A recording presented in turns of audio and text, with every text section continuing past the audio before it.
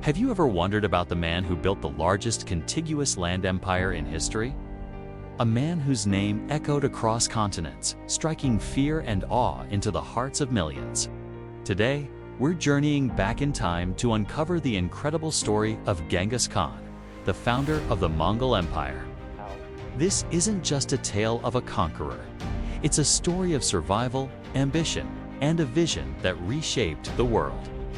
Born around 1162, near the border of modern-day Mongolia and Siberia, he wasn't originally named Genghis Khan. He was called Temujin, which means of iron or blacksmith. His early life was anything but royal. The Mongolian steppes were a harsh and unforgiving place, a patchwork of warring nomadic tribes. His father, Yazuge, was a minor clan chief, but his life was cut short when he was poisoned by a rival tribe. Temujin was only 9 years old. Suddenly, his world fell apart.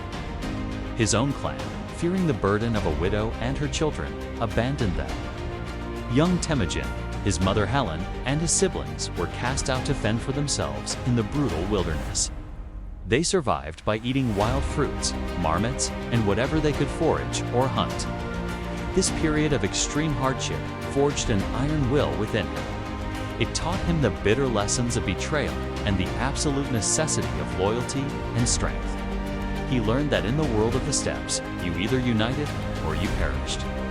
One of the most defining moments of his youth was his capture by a rival clan. They forced him to wear a wooden collar, a kang, a symbol of utter humiliation for a proud nomad. But even in captivity, Temujin's spirit was unbroken. He watched, he waited, and with the help of a sympathetic guard, he made a daring escape under the cover of night.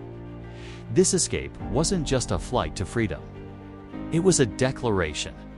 It showed that he could not be held down, that his will to survive and lead was stronger than any chain. As he grew into a young man, Temujin began to build his power base. He started not with an army, but with alliances. His most crucial early alliance was with a powerful tribal leader named Togrul, a friend of his late father. Togrul became a mentor and a powerful ally, and through him, Temujin began to reclaim his father's followers. He also had a blood brother, a sworn friend named Jamuka. Together, they were a formidable force. A pivotal event occurred when Temujin's new wife, Bert, was kidnapped by the Merkit tribe. This was a grave insult, but for Temujin, it was also an opportunity.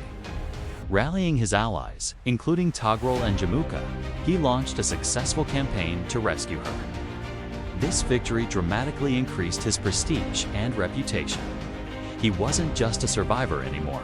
He was a leader, a warrior who protected his own. His charisma and leadership qualities were magnetic. He promoted people based on merit and loyalty, not on their family ties or aristocratic birth. This was revolutionary on the steppes. He welcomed warriors from defeated tribes into his own ranks, treating them as equals. This created a diverse and incredibly loyal following.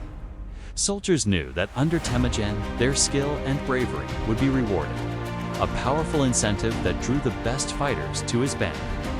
However, his rising power inevitably led to conflict with his childhood friend, Jamuka. While Temujin favored a merit-based system of leadership, Jamuka clung to the traditional aristocratic hierarchy. Their friendship soured and turned into a bitter rivalry. The steppes were not big enough for two such ambitious leaders.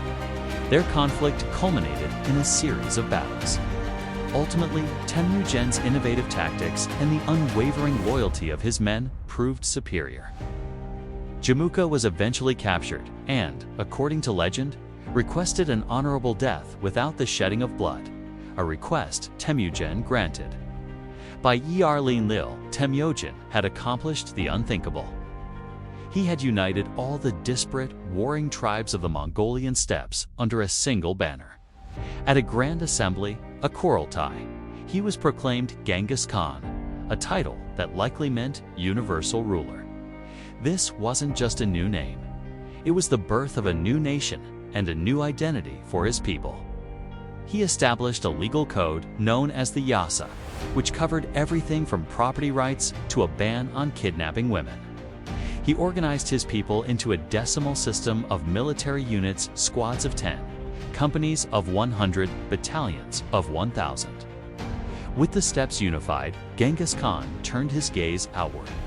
His initial campaigns were not necessarily about world conquest, but about securing his borders and dealing with old rivals. He first targeted the Western Xia Kingdom in northern China, which had supported his enemies. His army, comprised of expert horse archers, was a force of nature. They were fast, disciplined, and relentless. They perfected siege warfare by learning from captured Chinese engineers, overcoming what was once the greatest weakness of nomadic armies. Next came the mighty Jin dynasty of northern China. The war was long and brutal. The Mongols laid siege to the capital, Jiangdu, which we now know as Beijing. The siege was horrific, but in 1215, the city fell. The conquest of northern China gave the Mongols immense resources and access to advanced technology and administrative expertise. The event that truly triggered the westward expansion of the Mongol Empire was an act of provocation. Genghis Khan had sought to establish trade relations with the powerful Khwarezmian Empire, which stretched across modern-day Iran, Afghanistan, and Central Asia. He sent a trade caravan, but the governor of a Khwarezmian city, Otrar, had the merchants executed, accusing them of being spies. When Genghis Khan sent envoys to demand justice, the Shah of Khwarezm foolishly had one of them killed and shaved the beards of the others, a grave insult. Genghis Khan's response was swift and utterly devastating. In 1219, he unleashed the full might of the Mongol army. It wasn't just a war, it was an annihilation.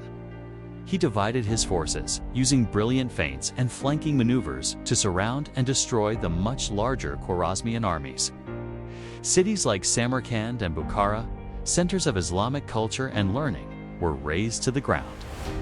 The scale of the destruction was immense, a calculated act of terror designed to ensure that no one would ever dare to defy the Mongols again. Yet, to see Genghis Khan as only a destroyer is to miss half the story. The empire he created, the Pax Mongolica, or Mongol Peace, ushered in an era of unprecedented stability across Eurasia.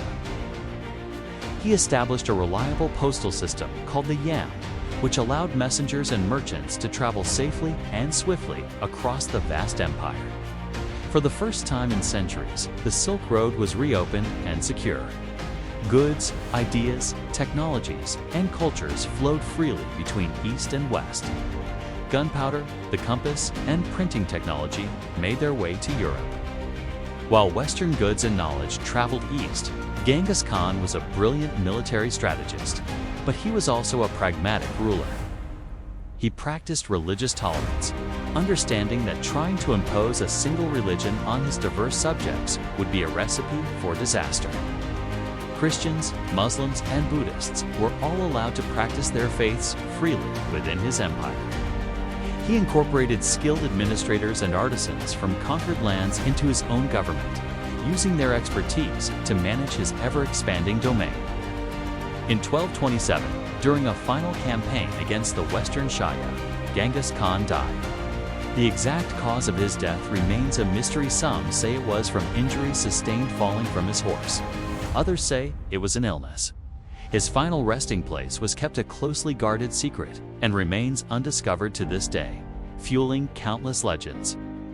But his death was not the end of the Mongol Empire. It was just the beginning of its greatest expansion.